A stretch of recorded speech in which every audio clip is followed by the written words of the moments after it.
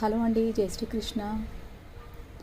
మనకి మిషన్ కుట్టడం స్టార్ట్ చేసిన తర్వాత ఏదో అలా 1 గంట 2 గంటలు 3 గంటలు కూర్చున్న వాళ్ళకు ఏమీ కాదు. రోజంతా కలిపి 2-3 గంటలు కుట్టే వాళ్ళకి ఏమీ కాదండి. కానీ 5-6 గంటలు 7-8 గంటలు కుట్టే వాళ్ళకైతే కనుక వాళ్ళకి ఈ పెడలు డైరెక్ట్గా మనం కొనుక్కొచ్చిన తర్వాత ఎట్లా పెడతామో అలా పెట్టి తొక్కినట్లయితే కనుక దీనికి పవర్ పాస్ అవుతుంది కదా, మనకి కరెంటు పాస్ అవడం వల్ల అది మన కాళ్ళ నుంచి లోపలికి వెళ్తుంది. మనకు ఆడవాళ్ళకు రక్తం తక్కువ అయ్యే అవకాశము ఉంటుంది. అలానే ఆ పవర్ అనేది మనకి కాళ్ళతో ప్రసరించటం వల్ల కాళ్ళ నొప్పులు, మడిమ నొప్పులు, నడుము నొప్పులు ఇవన్నీ స్టార్ట్ అయ్యే అవకాశం ఉంటుంది దీనివల్ల.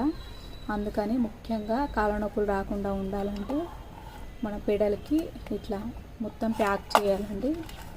ఒకటి చూడండి, నేను ఇట్లా పెట్టేసి తర్వాత ఏదైనా ఒక దారంతో ఇలా కట్టండి, కదలకుండా ఉంటుంది.